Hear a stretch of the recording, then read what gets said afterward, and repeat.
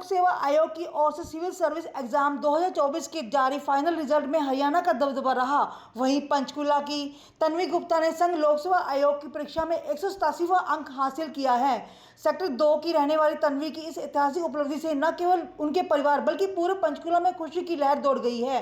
तन्वी की यह 5वीं अटेम्प्ट थी, जबकि पिछली बार वो मात्र 1 नंबर चूक गई थी। तन्वी की सफलता इस बात का प्रतीक है कि वह दृढ़ निश्चय, मेहनत और समर्पण से कोई भी मुकाम हासिल किया जा सकता है।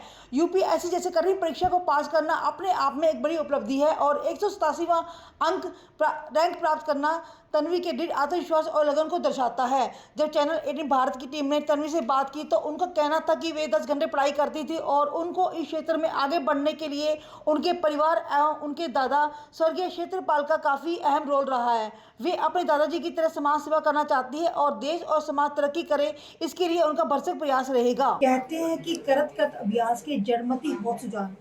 इस कहावत को चरितार्थ करती है पंचकुला की तन्वी गुप्ता, जिन्होंने आईएएस की परीक्षा में 187वां रैंक लेकर पूरे देश को, ना केवल देश को बल्कि अपने माँ बाप से ऊंचा किया है। गर्व से उनका नाम आज रोशन कर दिया है।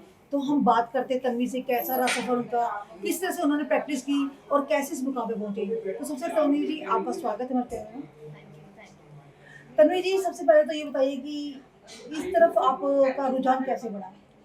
एक्चुअली इसके इंस्पिरेशन मेरे दादू थे, तो वो सोशल वर्क में थे ही पहले से।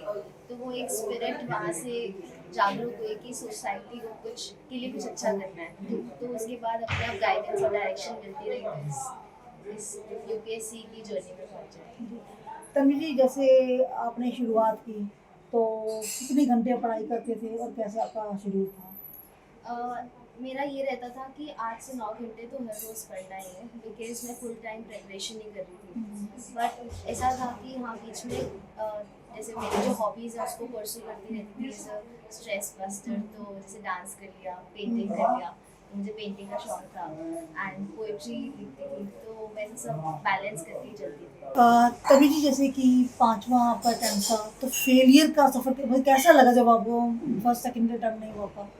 हाँ जी, फर्स्ट सेकेंड अटेम्प्ट में उतना झटका नहीं लगता, बिकॉज आप जब प्रिपरेशन स्टार्ट करते हो तो पता ही होता है कि ये ऐसा प्रिपरेशन है कि 3-4 साल भी लग सकता है। तो फर्स्ट एक जानने में ही लग जाता है प्रोसेस, स्पेशली जब आप इसमें नए होते हो, फैमिली का कुछ बैकग्राउंड नहीं है। तो उतना झटका नहीं लगा जितना थर्ड अटेम्प्ट में मुझे लगा, जब मैंने मेंस लिखा और नहीं हुआ क्लियर, और उसके बाद फोर्थ अटेम्प्ट में प्रीलिम्स दिया और सीसैट के कारण रह गया 1 नंबर से। तो वो 2 अटेम्प्ट में बहुत झटका लगा, बट फिर वही मोटिवेशन स्ट्रॉन्ग थी। तो उस अटेम्प्ट में फिर मैंने अपनी आंसर राइटिंग को बहुत इम्प्रूव किया, तो ताकि अब नेक्स्ट टाइम जब भी मौका मिले तो तीनों ही निकले इकट्ठे। तो वैसा ही है। जो आपका फेवरेट टाइम था उसमें किसने आपको ज़्यादा मोटिवेट किया। बहुत लोग होते हैं, मोटिवेशन एक इंटरनल मोटिवेशन तो होती है, बट वो कई बार नहीं भी सर्वाइव कर पाती, बिकॉज इतना बैक टू बैक का फेलियर्स देख लेते हो। तो फैमिली सपोर्ट तो रहता ही है, फैमिली होती है जो आपको बार बार याद दिलाती है, नहीं तो कर सकती है। तो अपना ही कई बार हम बिलीव खो देते हैं, तो फैमिली याद दिलाती है। फ्रेंड्स होते हैं, मेरे फ्रेंड्स सर्कल बहुत अच्छा था, तो क्लोज कॉन्टैक्ट में थे, तो मेरे को बहुत सपोर्टिव फील होता था उनसे। एंड कुछ नेबर्स भी थे मेरे जो बहुत मेरा साथ दिया जिन्होंने। मेंटोर कौन रहे हैं आप इसके लिए। मेरे मेंटोर एमके यादव सर हैं, वो DIS सबके हेड हैं, दिल्ली में उनका इंस्टीट्यूट है। तो he has always been with me, हर स्टेज पे मेरा बहुत गाइडेंस भी, मेरे गुरु मेंटोर भी है।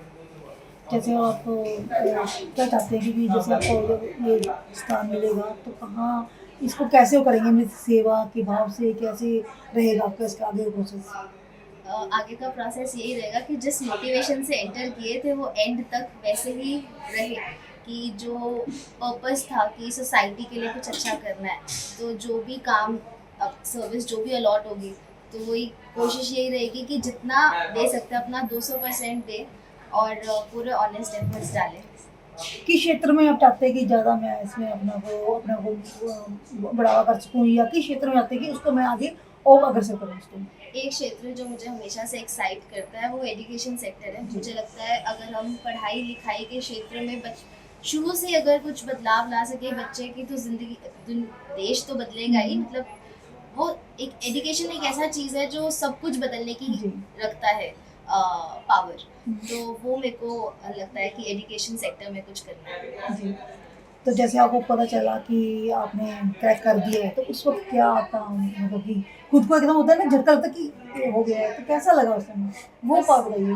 वो थोड़ा लॉन्ग प्रोसेस ऐसा रहा कि पहले मुझे कॉन्ग्रेचुलेशन आया क्योंकि मेरे अंदर हिम्मत नहीं थी देखने की नाम।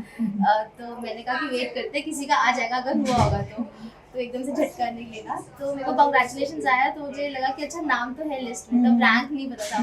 तो फिर हिम्मत आई कि चलो अब खोल के देख लेते हैं रैंक क्या है। फिर रैंक जब आया तो ऐसा था कि हाँ मतलब ठीक है, आप sort of I think UPSC में भी उस इक्विलिब्रियम पे पहुंच जाते हो कि आप जब इतने फेलियर्स देख लेते हो तो सक्सेस को भी उसी नजरिए से देखते हो। बहुत उछलना कूदना नहीं होता तो आप कामली ही देखते हो, बट रिलीफ होता है कि हाँ चलो अब दोबारा पढ़ाई नहीं करनी या दोबारा इस प्रोसेस में नहीं घुसना।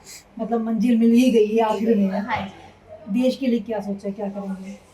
देश के लिए, नेशन बिल्डिंग के लिए वही जो मकसद था वही है, और जो अपना बेस्ट कर सकता है वो करेंगे। देश के लिए, लोगों के लिए अपनी पूरी सेवाएं देंगे और यही हमारा मकसद रहेगा सिविल सर्विसेज में भी एंटर करके।